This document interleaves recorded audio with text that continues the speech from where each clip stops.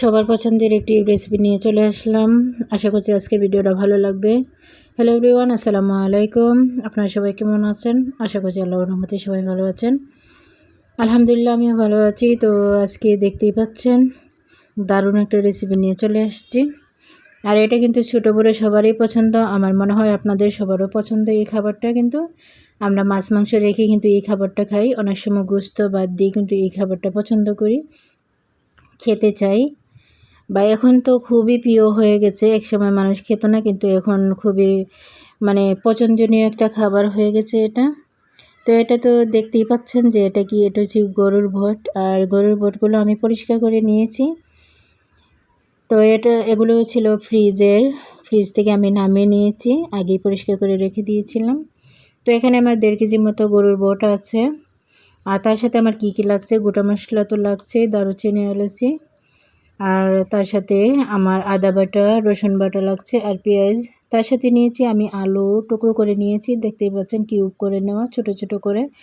সাথে আলু দিলে কিন্তু খেতে ভালো লাগে। তো চলুন রান্না পর্যায়ে চলে যাই। আর রান্নার পর্যায়ে যাওয়ার জন্য আমি কড়াইতে তেল দিয়ে দিয়েছি, বেশ খানিকটা তেল দিয়েছি কিন্তু। তার সাথে গোটা মশলা আমি প্রথমে ভেজে নিয়েছি। তো অনেকের প্রশ্ন, অনেকে কিন্তু আগে বা পরে দেন, তো আগে দিলে কিন্তু ভালো লাগে আর ফ্লেভারটা বের হয়ে যায় আগে তেলের মধ্যে ভেজে নিলে গোটা মশলাটা। তারপরে আমি পেঁয়াজটা ভেজে নিচ্ছি ভালোভাবে। তো এই পর্যন্ত যারা আমার ভিডিওটি দেখছেন প্লিজ একটা লাইক দিয়ে কন্টিনিউ করবেন। আর আমার চ্যানেলে নতুন বন্ধু হয়ে থাকলে সাবস্ক্রাইব করে পাশে থাকবেন। আর সবার কাছে একটাই অনুরোধ, ভিডিওটা ফুল ওয়াচ করে দেখবেন। আপনারা যদি ভিডিওটা আমার ফুল ওয়াচ করে দেখেন, ইনশাল্লাহ আমিও আপনাদের ভিডিওগুলো ফুল ওয়াচ করে দেখে নেব। আমরা সবাই কিন্তু একটা আশা, একটা আকাঙ্ক্ষা নিয়ে কিন্তু এই ইউটিউবে জয়েন হয়েছি, এই জায়গাতে আসা। তো সবাই সবাইকে সাপোর্ট করবেন প্লিজ, একটু ধৈর্য সহকারে সাপোর্ট করে যাবেন, একটু সময় নিয়ে। তো দেখতে দেখতে দেখেন আমি এখানে আদা বাটা রসুন বাটা দিয়ে ভালোভাবে ভেজে নিচ্ছি। আর আদা রসুন বাটা দিয়ে কিছুক্ষণ কিন্তু কষিয়ে নিতে হয়, তা না হলে আদা রসুনের যে কাঁচা স্মেলটা আছে সেটা থাকে। তো সেটা যাতে চলে যায় তার জন্য কিন্তু কিছুক্ষণ ভেজে নেওয়া। তো আমিও কিন্তু ভেজে নিয়েছি। আর তার সাথে আমি কিছুটা পরিমাণ পানি দিয়েছি, যেহেতু আমি মশলাটা ব্যবহার করব। গুঁড়ো মশলা ব্যবহার করলে কিন্তু সহজে পড়ে যাওয়ার সম্ভাবনা থাকে, তার জন্য আমি কিছুটা পানি দিয়ে দিলাম। পানি দিলে কিন্তু মশলাটা পড়ে যাওয়ার সম্ভাবনা থাকে না।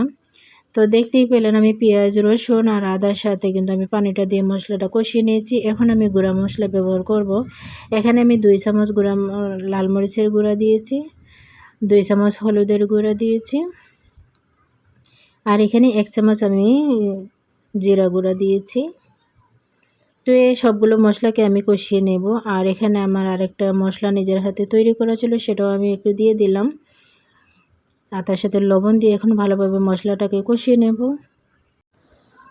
এই যে দেখেন মশলাটাকে কষিয়ে নিচ্ছি ভালোভাবে।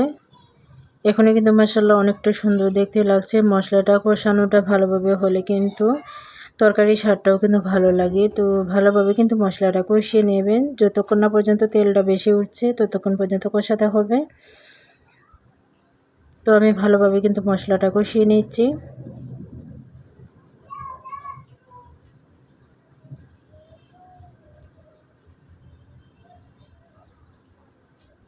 ওই যে আমার ভালোভাবে মশলা কষানো হয়ে গেছে,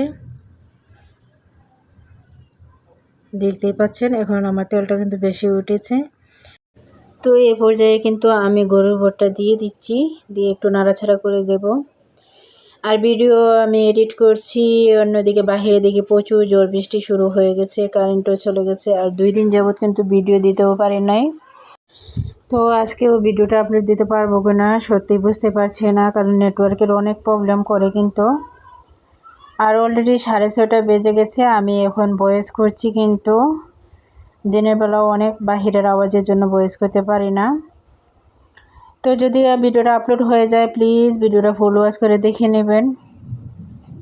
তো আমার দেখেন কথা বলতে বলতে এখানে আমি বাছুরিটা গরুর ভটটা কিন্তু কষিয়ে নিয়েছি। আর আজকে আমি প্রেশার কুকারে রান্না করব, যেহেতু গরুর ভটগুলো সেদ্ধ হতে অনেকটা সময়ের প্রয়োজন হয়, অনেকটা সময় লাগে। আর তাছাড়া আমি কম সময়ের জন্য, সময়টা যাতে কম লাগে তার জন্য কিন্তু আজকে প্রেশার কুকারে রান্না করব। এই যে দেখেন আমি নাড়াচাড়া করে কষিয়ে নিয়েছি। এখন আমি প্রেশার কুকারে দিয়ে দেব। তো আমি এই যে আমার কষানোটা হয়ে গেছে কিন্তু। তো আমি এখন প্রেশার কুকারে দিয়ে দেব। আর প্রেশার কুকারে দিয়ে কয়েকটা সিটি দিলেই কিন্তু হয়ে যাবে আমার। নতুন অবস্থায় কিন্তু প্রেশার কুকারে 3 থেকে 4টা যদি শব্দ হয় তাহলে কিন্তু নামিয়ে নিলে চলে। যেহেতু আমার এখানে পুরাতন প্রেশার কুকার বেশ অনেক দিন হয়ে গেছে, কিন্তু আমি 8 থেকে 10টা সিটি দেওয়ার পর কিন্তু আমি এটা নামিয়ে নেব। তো এই যে দেখেন আমার কিন্তু অলরেডি হয়ে গেছে, আমি নামিয়েও নিয়েছি। এটা আমি দেখাতে পারি না, স্কিপ হয়ে গেছে। তো আমি নামিয়ে নিয়েছি কিন্তু। এখন আমি যে পানিটা রয়েছে সেটা কিন্তু আমি একটু শুকিয়ে নেব। গরুর বটে কিন্তু ঝোল ঝোল কিন্তু ভালো লাগে না দেখতে। গরুর বটটা কিন্তু একটু শুকনো শুকনো টাইপের হলে ভালো হয়। তো আমার দেখেন গরুর বটটা কিন্তু হয়ে গেছে। মাশাআল্লাহ দেখতে কিন্তু অনেকটা সুন্দর হয়েছে। তো আপনারা চাইলেই কিন্তু এভাবে বানাতে পারেন। আর কতটা লোভনীয় হয়েছে দেখতেই পেলেন। আর যদি গরুর বট পছন্দ হয়ে থাকে আপনাদের প্লিজ একটা লাইক দিবেন আর আপনাদের মূল্যবান মতামত জানিয়ে যাবেন। তো আমার গরুর বটটা কিন্তু দেখেন আমি নামিয়ে নিয়েছি। তো এই ছিল ভিডিও আজকের মতন। সবার থেকে বিদায় নিচ্ছি। সবাই ভালো থাকবেন, সুস্থ থাকবেন আর আমার জন্য দোয়া করবেন। আল্লাহ হাফেজ। আসসালামু আলাইকুম।